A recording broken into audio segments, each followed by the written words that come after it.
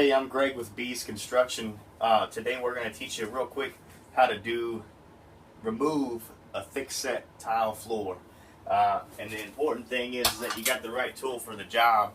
See, this floor thickset is about 4 inches. So what we're going to do is try to cut some relief lines in it so we can bust it up in big pieces. But the important thing is I'm using a circular saw here, but I've got the masonry concrete blade on it, so that way it actually works. You don't want to use a wood blade for this because it just won't work at all. And then the other thing is you should try to do is have hearing protection in and your safety glasses. So since I'm already half deaf, no hearing protection for this guy, but I'll definitely have my glasses on because I've got really good vision and I'm trying to keep it. So I'm going to start doing this. We're going to run the vacuum, try and run the vacuum at the same time to eliminate the dust. Make sure you've got a good filter in your vacuum. And we'll see how this works out. Hopefully it works out pretty good.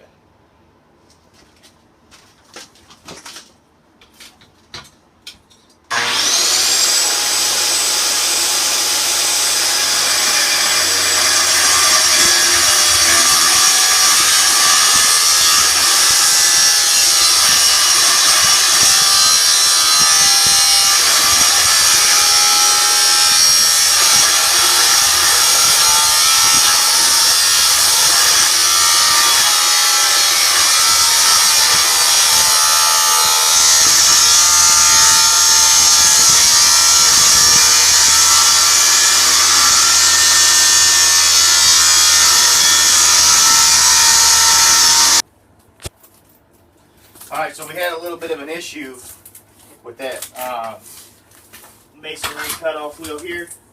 It wasn't going through the tile real good. So what we're doing now is we've just got the hammer drill out, and we're just going to make a nice little path where we're going to cut our lines. So we're just cutting right through the concrete, not trying to get through the tile as well.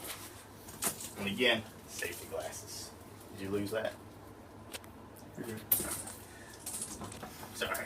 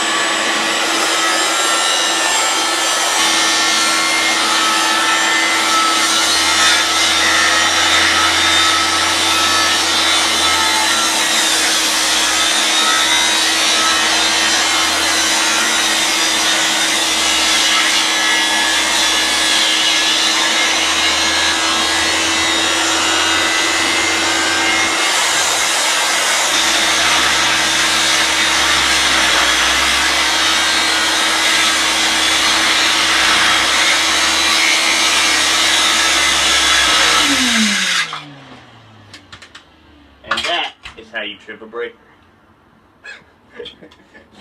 Oops. Okay, so what we've just done is we made the 2 cuts, and what we want to do too is if you're real sensitive to dust, you might want to put on a mask for that portion because it gets a little dusty. Forgot to mention that at the beginning. So hopefully you didn't start until after you watch the whole video. But right now we've got a nice little section that's probably about 3 foot by 2.5 foot, and we're going to try and just pry it up and see if this relief cut's going to be good or if we need to make smaller sections. So don't laugh at me, because I don't work out, so I don't know how well this is going to work. And it looks like we're going to need to do smaller sections. This might get some of this one. This thickset floor is actually like a super thickset floor. So I'm going to say that we need to do it. Somebody wants to jump on that crowbar right there, and that's probably not a good thing to do. So I'm going to stop so that way you guys don't watch me hurt myself. You should probably just jump on it. I think I should. Yeah, do it. Do it. See, you see what I have to deal with on a daily basis, this peer pressure. But I think that maybe 150 pounds or 160 pounds might do the job here.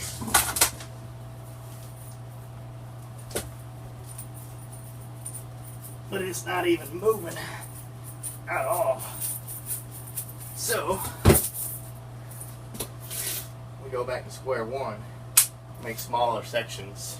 Or you could go eat another donut and then try it. Could eat another donut. About half a dozen donuts on the way to work this morning because I was running late. Donuts do sound good because it's past lunchtime. I got cake too in the truck. Eat some cake and donuts and come back and try it. See if that helps. And then if not, then we'll have to make smaller sections. That's my guess.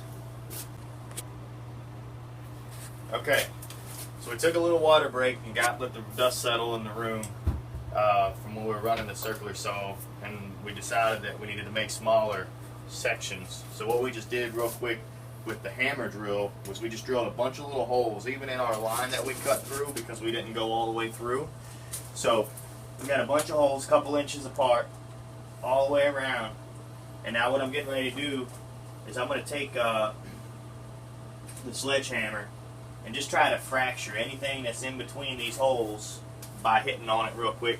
So that way, hopefully, we can just pull up this one section at a time. Now, obviously, the bigger the section, the better. But we might have to do it one piece at a time and make them smaller sections just for till we get started, and maybe we can get a bigger section after we get a good piece of it out.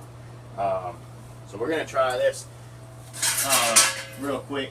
And then the other thing to keep in mind too is right now we're on a second-story bathroom, so we want to be careful. We don't want to cause any damage because below us is the kitchen that he just had remodeled a couple of years ago. So what we want to do is make sure we don't damage anything below us. And also, the only reason we're even taking up this thick-set floor in this remodel is because there's some plumbing issues. So there's something wrong with the drain. So we've got to be able to get into the drain line and check it out. Now, like I said, he just had the kitchen done a few years ago, so we don't want to go down there and tear up the kitchen and try to work above, you know, in the ceiling down there to be in here. So we're going to take it apart from the top and then, you know, kind of build it back up after we fix the drains and put the new subfloor and the hardy down for the tile that's going to go on the floor. Now, if you're on a first-story bathroom and you're having a drain issue and you're on a crawl space, then you can just crawl underneath and fix your drains. And then all you have to do is put the flat chisel tip on your hammer drill and just pop up the tile, and you can lay your new tile right on top of and fix your drain from underneath the house. But we're not lucky in this case. So just keep that in mind. You don't necessarily have to tear all this out unless you have an issue like we do on this job. So just wanted to put that out there.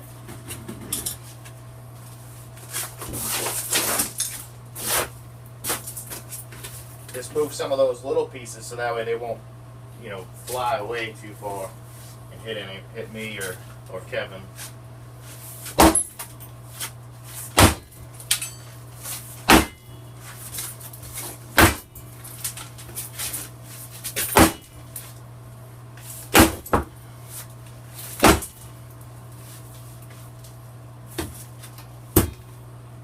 I think that might have worked. Have to pry and try, I guess.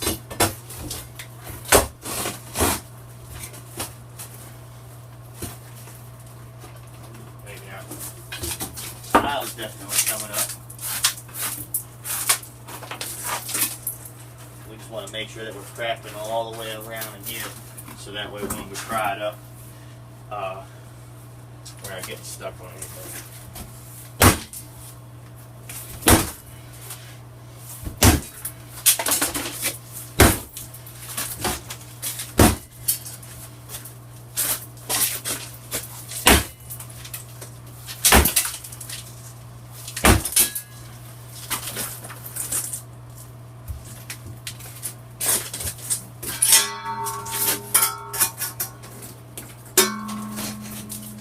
That's good progress right there.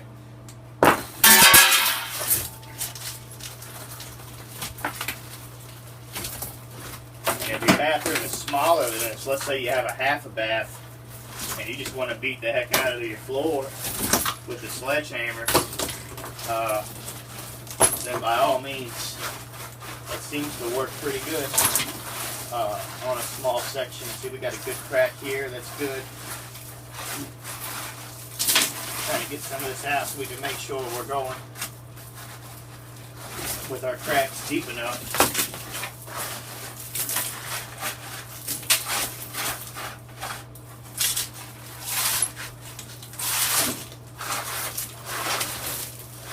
But this tool right here, it's a couple $100. It's a Bosch Bulldog. It's got an SDS hammer drill, so you can only put certain bits in there, and you can put the chisels and the little scraper tips in there too, and they work great. This one we've got to take in and get service because it's leaking oil out, or grease, but they work amazing. I've had that for probably 3 years, and I just need to take it in and get it taken care of at the shop so that way it doesn't break on me.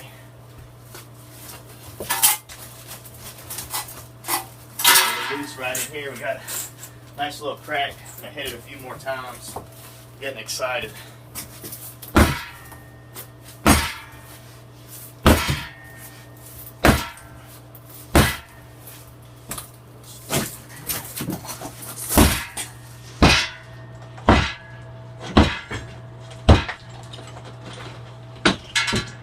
Now, obviously, we want to try and take this up. At least I do. Take it up in as big a pieces as possible. So I don't want to use like a different tip on the hammer drill and just start chiseling it out. I'll show you a couple of the tips here. So this one is kind of how we got our hole started here. You know, made a bunch of little holes and chiseled out a big section just so we could see how thick the floor actually was. This one is the one that we used when we scraped off just the tile, and it works really good for just scraping off tile off of a concrete floor or a thickset floor like this. So just so you know about that.